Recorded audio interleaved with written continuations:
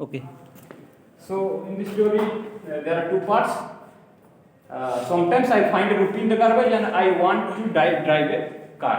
तो ये दो पार्ट है. And in the very first part, इसमें who is the protagonist? मुख्य किरदार कौन है? उसका नाम है साहिबे आलम.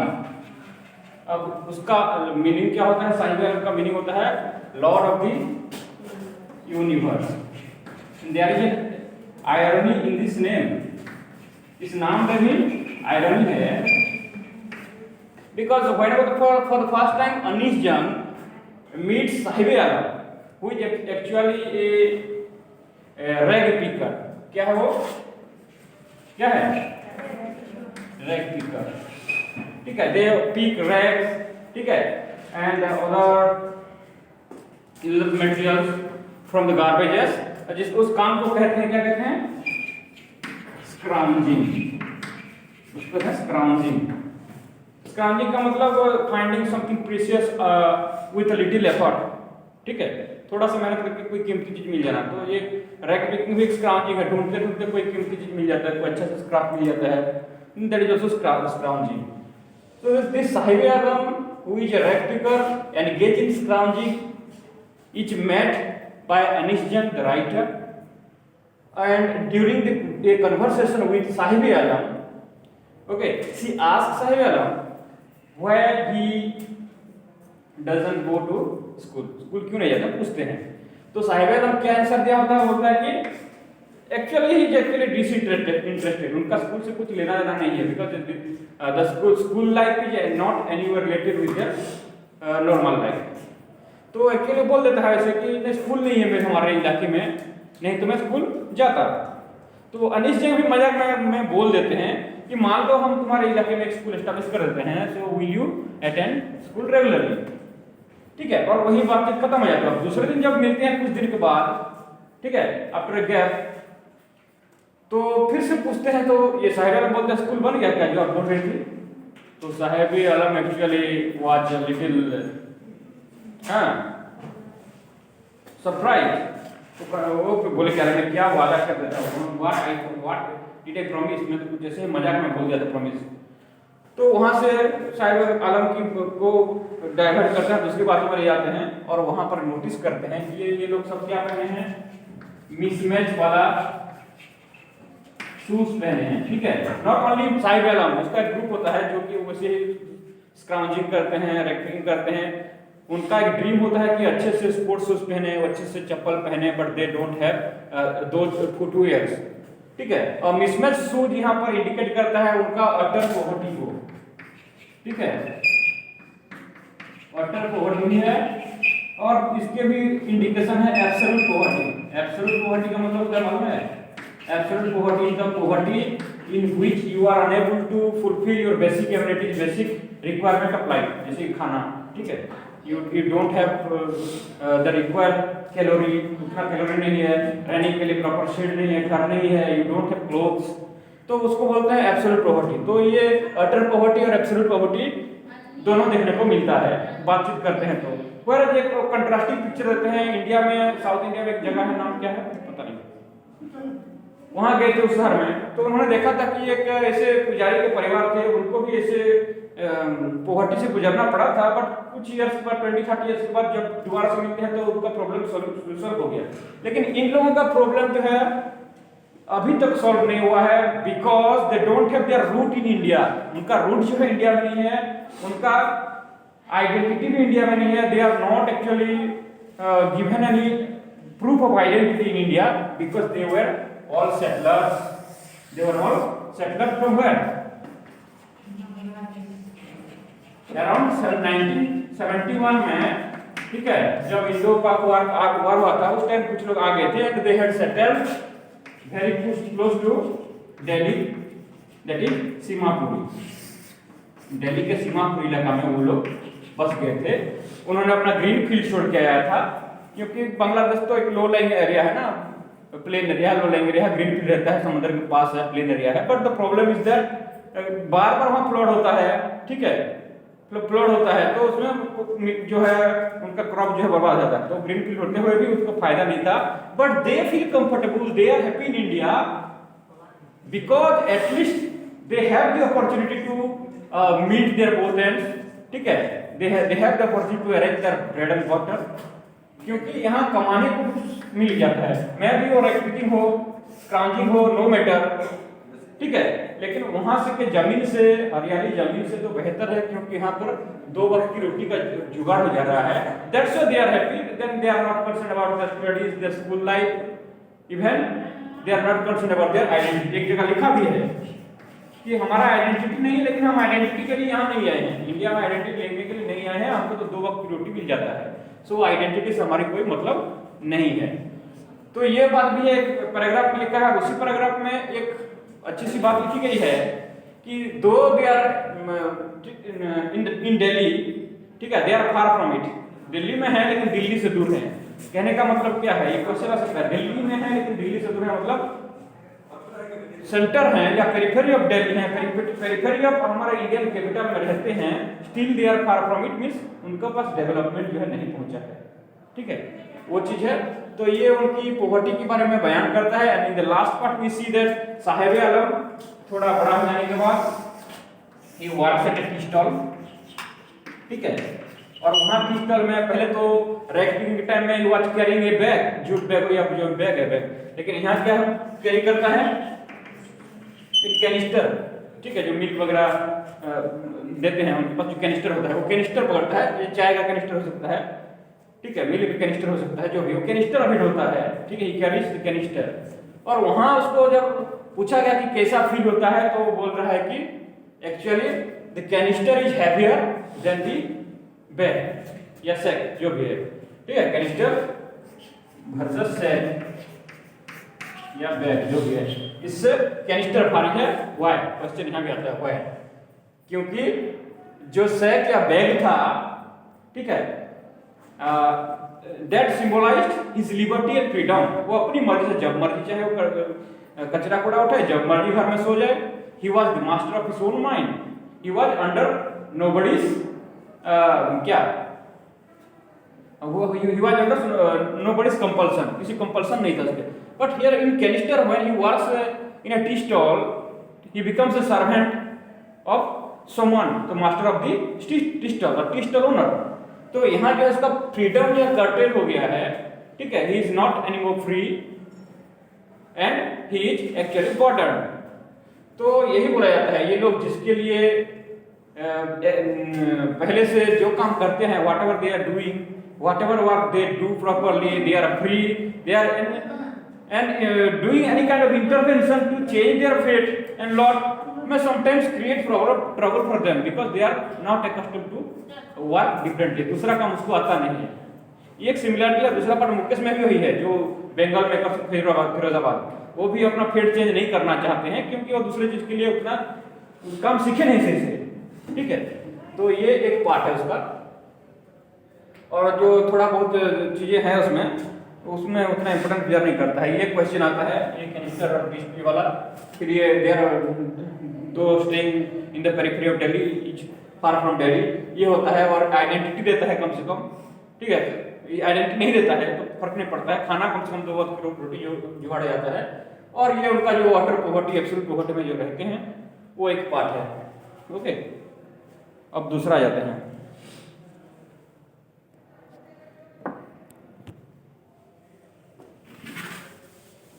I want to drive a car।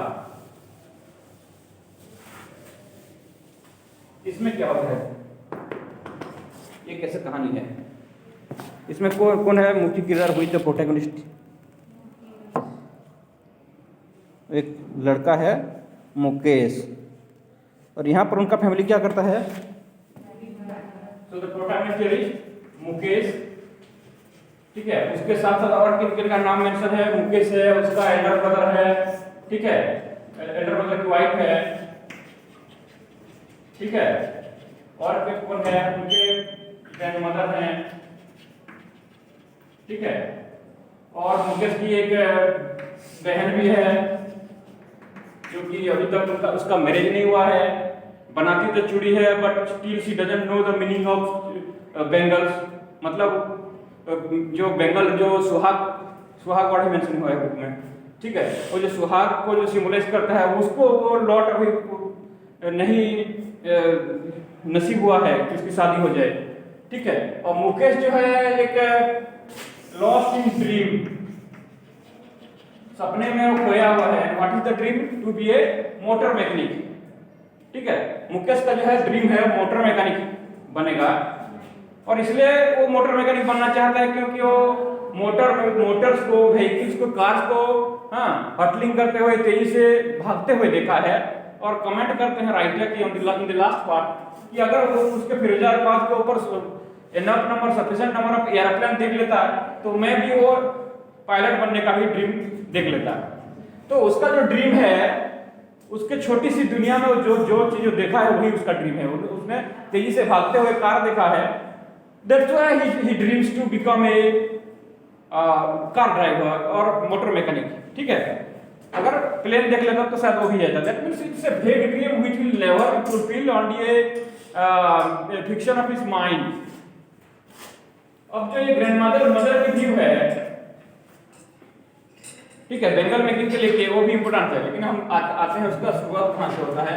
ये जो लोकेशन है ये स्टोरी का है फिरोजाबाद यूपी, फिरोजाबाद उत्तर प्रदेश में। And people there, most of the people there are engaged in इसमें बेंगल मेकिंग इंडस्ट्री। और उनका जो है बेंगल्स तो बनाते हैं बहुत सालों से, जनरेशन से, but still they are lot their economic condition, their socio economic condition hasn't change, hasn't improve, ठीक है, इंप्रूव अभी तक नहीं हुआ है, ठीक है, गरीबी में है। वो कैसे घर में रहते हैं छोटे छोटे कमरे, ओवेल हॉटमेंट्स में, डीजी सेल्स में, अंधेरे से भरा, ये उनकी जगह है और ये कभी नहीं बदलता है, ठीक है। जो दरवाजा है वो वेवरिंग है, उसमें अच्छे से हिंजेस ले लगे हैं बंद करने के लिए, तो यही उनका लाइफ है। और उसी अंधेरे में, ठीक है, वो फायरप्लेस में ग्लास को हीट करते हैं, उसमें चूड़ी का शेप देते हैं बेंगल का। तो उससे क्या होता है, with constant exposure to bright light, ठीक है, and heat, their eyes are damaged prematurely. तो इसमें क्या होता है, एक हेल्थ हैजर्ड जुड़ा हुआ है, premature damage of eyesight, premature damage of eyesight, ये रिस्क है, ठीक है। और इसमें ग्रैंडमदर को पूछा जाता है कि तुम क्यों नहीं बदल लेते ये अपना, तो बोलते हैं no, this is our fate and this is our lot and we don't want that our fate और lot should change because it is something we have inherited from generations, ठीक है। अब उसमें हम कोई बदलाव नहीं चाहते, हमारे कर्म में वही लिखा है, this is written in on the station, ठीक है, ऑन आवर फोरहेड, तो हम उसमें कोई परिवर्तन नहीं चाहते because our culture, our tradition is associated with it and we are not accustomed to living a different life, तो हम उसमें बदलाव नहीं चाहते हैं, ठीक है। और उसके बहन है सविता, वो शादी नहीं हुए, ठीक है। और इन लोगों का जो डेली वर्क है वो अगल बगल गांव में बेचते हैं थोड़ा बहुत, ठीक है, हेल्थ हैजर्ड एसोसिएटेड है। अब जब जिसको थोड़ा ज़्यादा सोच विचार करते हैं द राइटर अनीश जैन, तो पता चलता है कि ये लोग ये तो एक तो ट्रेडिशनल कल्चर का बर्डन है, कंपल्सन है, क्यों नहीं बदल सकते, they are not train to do anything else. अब दूसरा रीजन ये है कि तुम लोग जब पूछते हैं कि why don't you open A cooperative society, या कोई मार्केट कॉम्प्लेक्स क्यों नहीं करते, कोऑपरेटिव क्यों बना लेते, तो उसमें पता चलता है कि एक विशियस सर्किल में फंस गए हैं। And what is the vicious circle? Vicious cycle है, सर्किल है जो भी, वो विशियस सर्किल मतलब ऐसे जगह में फंस गए हैं कि वहां से निकल नहीं सकते। एक तरफ तो है उनका जो मिडिलमैन से उन्होंने पैसा उधार लिया है, they have borrowed much money from the middleman and they will not let them choose any other work, ठीक है, दूसरा काम करने नहीं देंगे क्योंकि पैसा ले लिया है, चूड़ी बनाओ, हम तुमसे लेंगे चूड़ी and we will sell, we will get our profit. तो मिडिलमैन है, ठीक है, इसको छोड़ नहीं सकते। And then the local policeman, अगर कुछ लोग ये दूसरा काम करने लगे या दूसरा कोई जॉब चूज करने लगे, दूसरा एम्प्लॉयमेंट सेक्टर में जाने लगे, तो ये पुलिसमैन भी उनका मिडिलमैन के साथ ऐसा नेक्सस है, ठीक है, ऐसा नेक्सस है कि ये कुछ ना कुछ फेक केसेस में उनको डाल देंगे, उलझा देंगे, कहीं चोरी का केसेस, कहीं दूसरा मेडिकल चुरा के लाया, ये बनाता है, and they will be put in jail. तो ये पुलिस भी उनका जो है मार्केट करेगा, फर्जी केसेस में बना लेगा, and they will be put in jail. ये है, तो ये जो विशियस सर्किल है उससे निकल नहीं सकता। एंड एडेड विथ पॉलिटिशियंस, जो लोकल पॉलिटिशियंस हैं दिल्ली, ठीक है, उनका भी पता नहीं क्या नेक्सस है। वो only they promise a lot of things during election, ठीक है, but after they are elected they never actually plan something for the betterment of these people. That's their fate will never change. And in the last paragraph, the writer appeals to the entire legislative जो law बनाते हैं दुनिया वाले के, कम से कम focus on them, उनको focus करो, उनके लिए कुछ ऐसी चीज बनाओ कि उनका परिवर्तन होगा। अदरवाइज इनकी जो पॉवर्टी है that will be perpetual, that will be everlasting, and there will be no end to their poverty. तो कभी कभी क्वेश्चन आता है दोनों पार्ट को जोड़ते हुए, ये जो है साहिब आलम का जो रैक पिकर का और इधर जो है बेंगल पिकर का, कि इसमें क्या सिमिलरिटी है। सिमिलरिटी ये है कि in India poverty has never been properly focused, okay, and their problems have never been addressed. During elections, the politicians promise a lot of things, but which are never to be fulfilled. In the first case, we see that though people from Bangladesh were given refuge, a shelter in India, but still they have not been given their proper identity, and nobody is concerned. Whereas in the second case, everyone is aware that they are living a hazardous life, poor life, impoverished life. Still there is no roadmap, no pathway to rescue them from that doomed life. So anywhere we lack our willpower, political willpower, from which they can be safely rescued from that pathetic condition. Okay. So this is the similarity, and what is the dissimilarity between क्या साहिब आलम और Mukesh?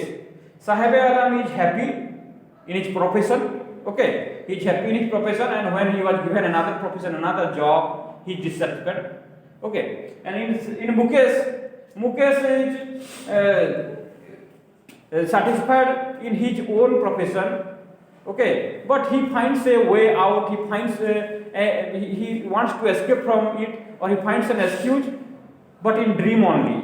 He only dreams to be a motor mechanic, but still it is not certain that he will be able to change his profession. His poverty